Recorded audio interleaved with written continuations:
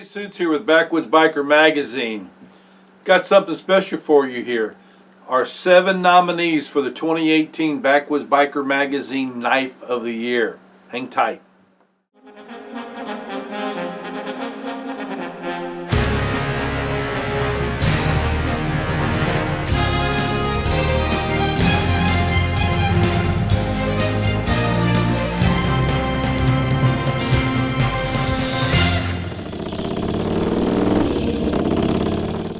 Welcome back. Alright, so here's what we've got. Oh, first of all, just let me tell you that the special edition, December special edition, gear review edition for the Backwoods Biker Magazine has hit the street. A little delayed because of the holiday, you know, everything's delayed, but this is like a catalog for everything gear that you can imagine, from knives and tomahawks to shelters, hammocks, clothing, bush stoves, water purification. We've even got the slingshots and sling bows, and matter of fact, the Hickory Creek Archery's vertical inline crossbows, the crossbow of the year. It's pretty cool. But magazine is out there. If you want to read it online, go to backwoodsbiker.com, and it's right there at the front page. Just click on it. You can read the whole thing for free. But if you are those that want to have a copy for your library, this is a heavy-duty magazine, but it's also, this is like a catalog for everything of great gear from 2018. Pretty nice stuff, you know. So you can go out there, and on our purchase page you can purchase this. So just let you know that it was out there. Okay, so now let's talk about what is important here, what the real deal is. Okay, so what we did was we took your suggestions and we invited different knife makers to be a part of the 2018 gear review expeditions, where we took the gear out and we test it, we look at it, you know, and we review it. And there were 28 submissions, maybe 29, I forget, that came our way, suggestions, and 27 knives came in for us to look at, or excuse me, 28 came in for us to look at, and out of that 28, 27 actually made it to the field test. One of the knives didn't even make it off the bench. It was just a piece of garbage, and I don't need to talk a lot about that particular knife because we got knives we want to talk about now. And I got to tell you, just to make a, you know, kind of a disclaimer, not a disclaimer, but just explain something here, that all the knives that we receive from custom knife makers, they were all great knives. If not, they didn't get to go out in the field, because we do a bench test first, and if they can't pass the bench test, like that one particular knife, they don't make it out. But of those 27, we're using these things from January to June, and in June we started making our nominations for the Knife of the Year. And we still had a long way to go after, at that point. But of the 27, these 7 were nominated. We actually had 6 that we wanted nominated, and we realized by June, well, there's going to be another one here that's going to have to be involved, because they're super duper knives. Now, the way that we came to our conclusion as to what the Knife of the Year is we put together a systematic, not a test, but a categorical system would be the best way to explain that. And there are 10 categories in this testing system that the knives are in, and each category was worth 10 points. In other words, the perfect knife was going to end up with 100 points. And I'll show you how close these knives are in comparison, to are they good knives or bad knives or whatever. There was only a 2.4 difference between the one that received the least amount and the one that received the most amount of points, which is nothing. Because they're all great knives. All right, so let me just kind of go on down the line here, and I'll tell you what they are, who submitted them, and then we'll talk about the point system a little bit more in detail, and then we're going to get off into the explanation of the knives themselves. Okay, over here is from TM Hunt Custom Knives is the Magua.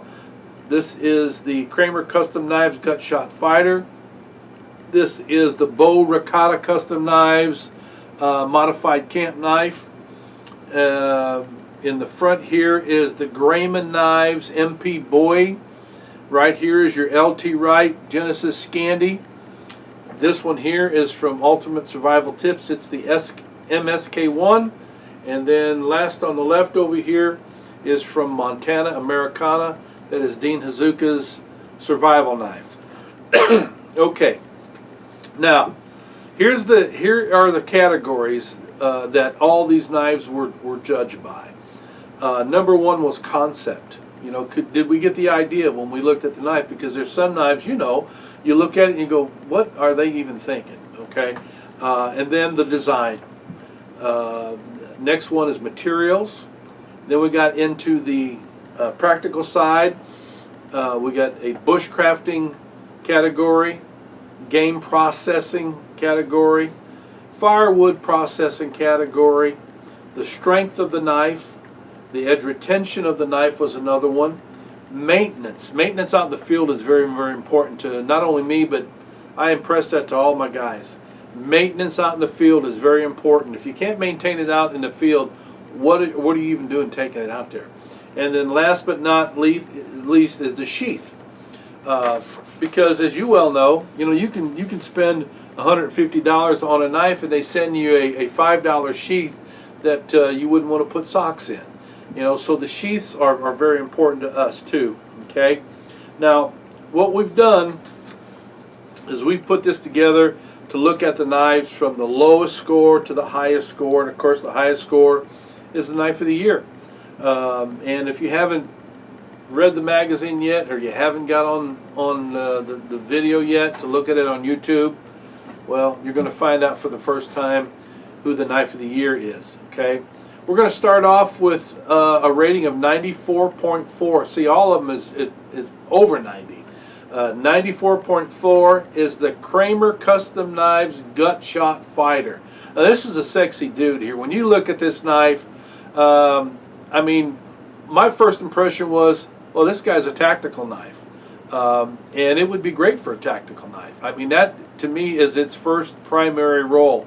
When he named it the Gut Shot Fighter instead of the Wood Processing Fighter, there's a reason for that, you know. And I don't know Eric Kramer personally, talked to him a little bit on the phone, but I didn't ask him about a military background, but I see a military background in there maybe, or he was influenced by somebody in the military.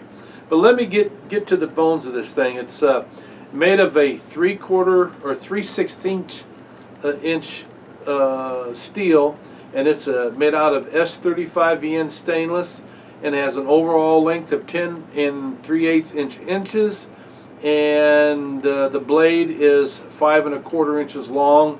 It comes with a Kydex sheath. It's, you know, it's a simple sheath. You know, you don't need anything real fancy. And I believe there were some clips that came with it too. I don't know where they've gotten to from this knife, but somebody stole them things, I believe. But it's a nice custom sheath. Now, the price on this, it will set you back a couple bucks, $475. But that's what happens when you put that type of steel in there. That S35VN, it is a very, very boutique style steel. And if you're into that, then you might want to consider taking a look at the Kramer Custom Knives Gut Shot Fighter. Next up, at 94.5, that is only 1/10 difference in a point, is the Recatto Custom Knives Modified Camp / Survival Knife. Now, when we first approached Bo, because some of you said get Bo Ricado involved, he was hesitant because he didn't have a knife that was in the size category that we asked for. So you know what he did? He took his camp style knife and made it bigger, and this is the only one, to my knowledge, that he has ever made. And Bo is a great knife maker. Okay, this one has an overall length of 11 inches with a 5 3/4 inch drop point blade. It's made from CPM 154 cm stock and comes with G10 scales, and it has a heavy custom leather case. Okay, nice little case there, and it's $325 for this particular knife. It became a favorite of our guys. It's a nice knife. It's a great survival knife. I mean, there's not too much we can't say about that. Next up at 94.8 is the TM Hunt Magua. And I have to mention this about this particular knife. You can see that it's the smallest guy out here.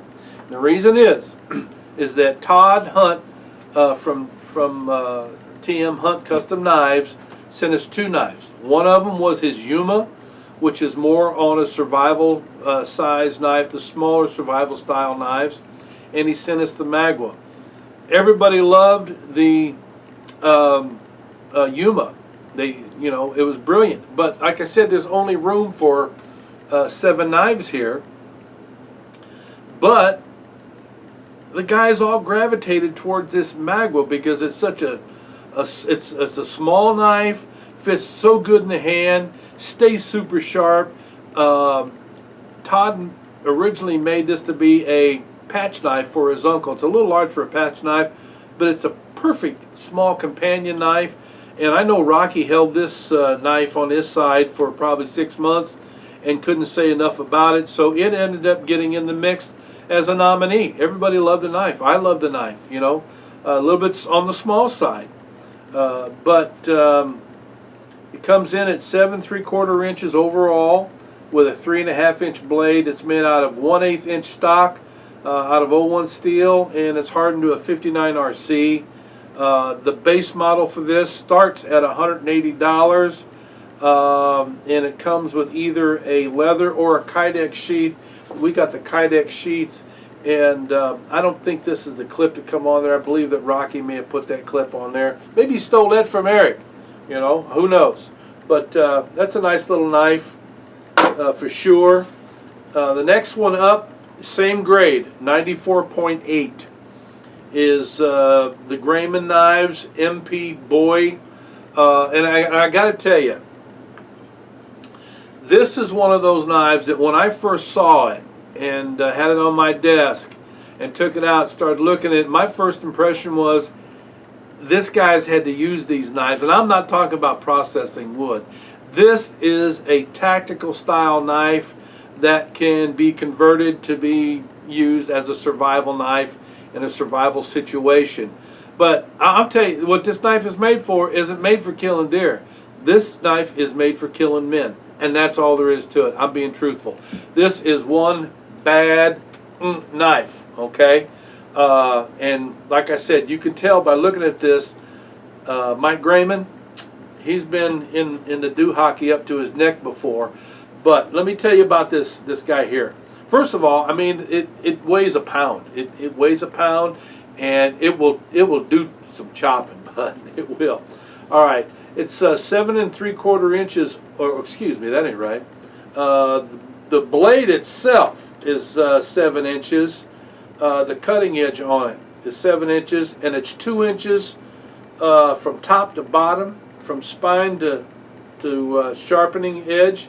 It's made from a full 1/4 inch steel. It's made out of 1095, and this is one of the unique knives. A lot of guys don't do this anymore, but this has a single edge, bevel edge on the bottom, and the top is also sharpened. And again, I'm going to read you something here from Grayman. Let you know that this definitely is a tactical style knife. All right, this is what he's got to say. The MP6 gives you the strength, heft, and performance confidence of the larger Mega Pounder series. He's got a bigger knife than that, without the additional size and weight. The 1/4 inch thick by 2 inch wide single bevel blade is exceptionally strong and highly efficient for the chopping and notching chores necessary for building sniper hides, lean-tos, and deadfall traps, as well as door breaching and shimming. The single bevel edge is also a very effective weapon in that it has virtually no shear resistance on one side and a very steep wound channel, resulting in more rapid hypovolemic shock onset due to rapid blood loss. That doesn't sound like you're deer hunting, does it? Okay. Another benefit of the single blade bevel is that it is ease of sharpening in the field, since one only need to sharpen one side and then make a couple of quick passes on the opposite side to clean the burrs off the edge. The MP6 Boy clip edge is a fully sharpened inverting curve, giving the owner a formidable throat or gut ripper should he need it. Okay, right. Yeah, that is the Grayman MP Boy, and it came in at 94.8. You know, I mean, it's a great knife out in the bush, but again, you know, that dude is a tactical knife for sure. Next up at 95.0 is the Ultimate Survival Tips MSK1.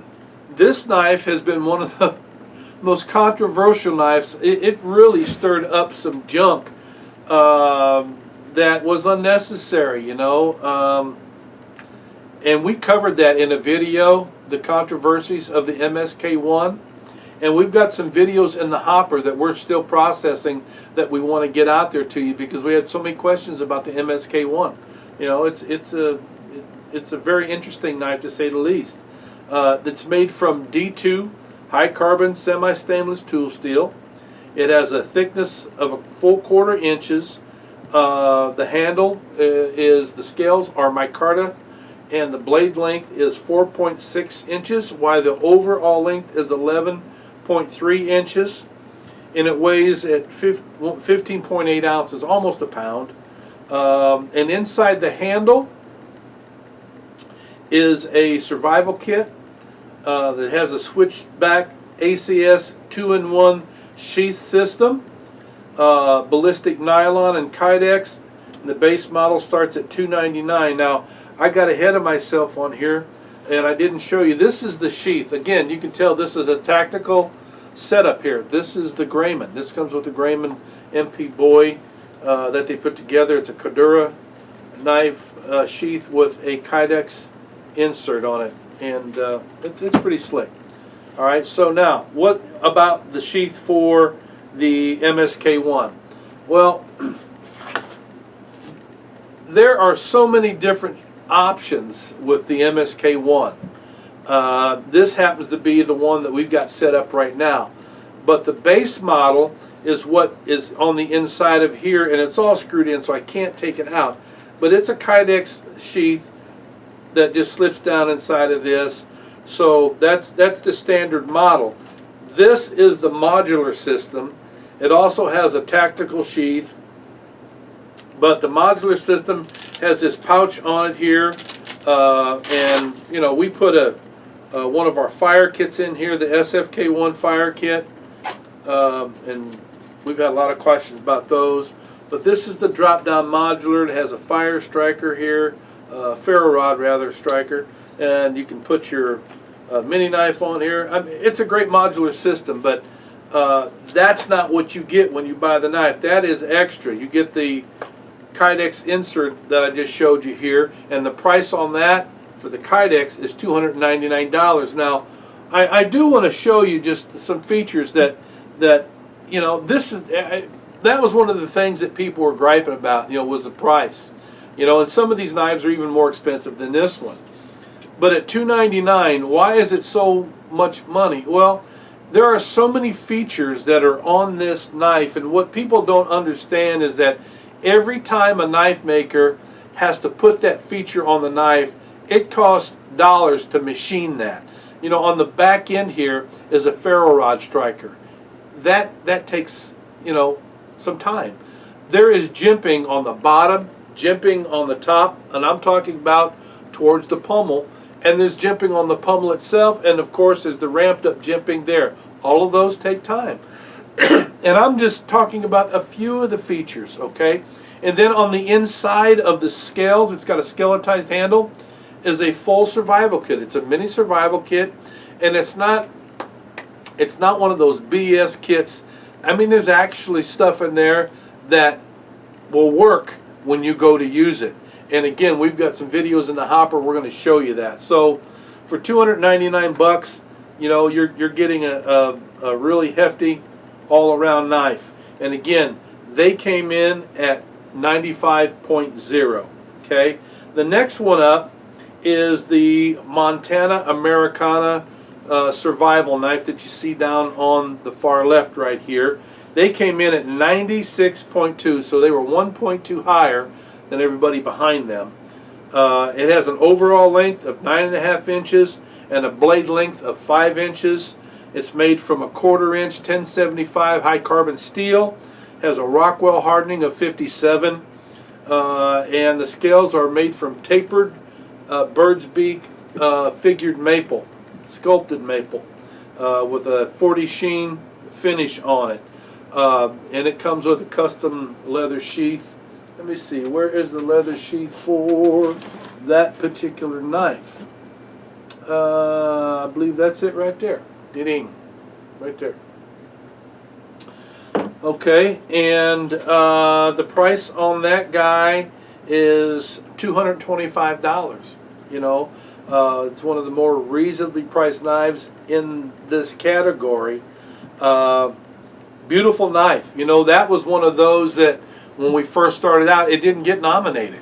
You know, but the more that we used it, and the more that we begin to appreciate the work that is in this knife, I got to tell you, when you're buying a custom knife from a guy that's truly a custom knife maker, he's a bladesmith, you're not only buying that design and buying that particular system, but you're buying some of his heart and his soul that goes inside of that. You know, I mean, that's something to think about, because a guy like Dean Hazuka, and all these guys are that way. If they don't take pride, then they shouldn't even be making knives. They, you know, they're a boutique knife shop for a reason. But what he does is he makes frontier style knives. I won't call them reproductions because he doesn't really reproduce everything. But if you were to take this knife right here, take it to a knife museum and hold it up, you could see where his inspiration comes from. He doesn't go from, you know, pommel to tip and copy the whole thing. But he takes the concepts and he builds these production knives, or excuse me, builds these period style knives, and he does it as good, if not better, than anybody else that we've ever seen. And for that reason, we got him back in the mix, and lo and behold, here he is with a score of 96.2 at 225 bucks. Wow, that is a really good knife. And I know that is a little pricier than some of you are wanting to pay, but listen, knives are just like anything else. You get what you pay for. All right, and then you know, our knife of the year. This is the Backwoods Biker 2018 knife of the year. Was the LT Wright Genesis Scandi, right there. And we weren't looking for the biggest and the heftiest and, you know, the Superman knife. We were looking for the knife that would do what needed to be done while out in the bush. And this is the guy that we came up with here. It's based on the Kephart platform. You know, LT didn't tell me that, but I've seen enough, you know, of the Kephart platform to tell you that's what this is made from. But I mean, it is overall a great knife. It would be great in any kit. I wouldn't hesitate recommending this to anyone. Now let me tell you about it. It came in at 96.7. That's 5/10 higher than the Montana Americana, and there's only 2.4 points between the 9.4 and the 96.7. I mean, that is unbelievable. You know, all these knives are great. That's why they're so close in their score. All right, this knife has an overall length of 9 inches, and the blade is 4 1/4. It has a very sharp 90-degree spine. It's made from AT stool. steel rather, and the scales are textured micarta, and that's Tater up there acting crazy. And we got a question here recently about the scales. They said, "Oh, it looks really slick." No, they come very textured. But what we do with all the knives that we start to use is that we put what's called bush butter, which is made by our sister company, Wood Tramp Gear, and it makes it look like it's slick, but it's not. It's really not. Okay, the price on this guy is $210. It's one of the least expensive knives in this group of 7. Only the Magua, the small Magua, is cheaper. And this, I want to show you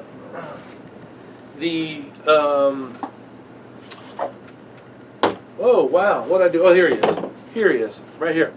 Here is your sheath for that. It's a really nice sheath. It's got a ferro rod holder in it. It's a dangler. You can remove the dangler if you don't want to use it. I like the dangler on this particular knife, but there you have it. That is the 2018 knife of the year. If you're looking for an overall knife, you know, as I wrote, it's not the sexiest girl in the harem, but I'm not looking for sexy. I'm looking for something that'll do the job the way I want it. You know, it doesn't have to chop down a tree for me. That's what axes are for. Okay, all these guys are looking for these big knives. They can carry one knife out and chop down the forest. You know, you're just wearing yourself out when you do that. You got to carry all that weight out there. A knife like this can do everything that you need for it to do, from processing game, processing wood. This is a great bushcrafting knife, and because it has the Scandi grind on it, it's very easy to sharpen, to maintain out in the field. You know, that's why it got the highest score, is because all the categories that we have for benchmarking a knife, this guy came out on top. Is it the perfect knife? Obviously not. It didn't get a 100, but it is our favorite knife of the year. So congratulations to LT, and really congratulations to all these knife makers, these bladesmiths who got included here. You're on the bench for a reason, you know. So now here's what we're going to do for you. In that show more, if you'll hit that, you can go to every one of these websites and you can learn more about their knives.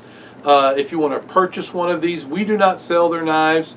We do not sell any of the gear on our website for anybody that is included in our magazine.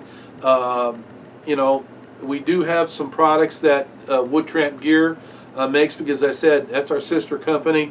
But we will provide you the links to where you can go out and you can see these. Okay. Now, the last thing that I want to tell you is that you need to subscribe, share, and like this video. And the reason is because when you do, you'll get out there into our monthly drawing pool, and we give away great stuff every month. And by the way, Christmas and the holidays and all that slowed us down, so we're a little late getting our December stuff out. It's going in the mail today, and you know, congratulations to all you winners. I don't have your names out here, but we gave away some knives, we gave away some multi-tools, we even gave away barbecue sauce. Can you believe that? And some pepper mash that made by Slick Pig, some good stuff. But you do that and you'll be put in there and become part of our team here. We appreciate your help, appreciate your support, watching our videos, following us on Instagram and Twitter, and keeping an eye out on our website for the magazine, Backwoodsbiker.com. Yeah, so until next time, y'all ride free, you live free, and as always, be safe, especially when you've got a knife in your hand.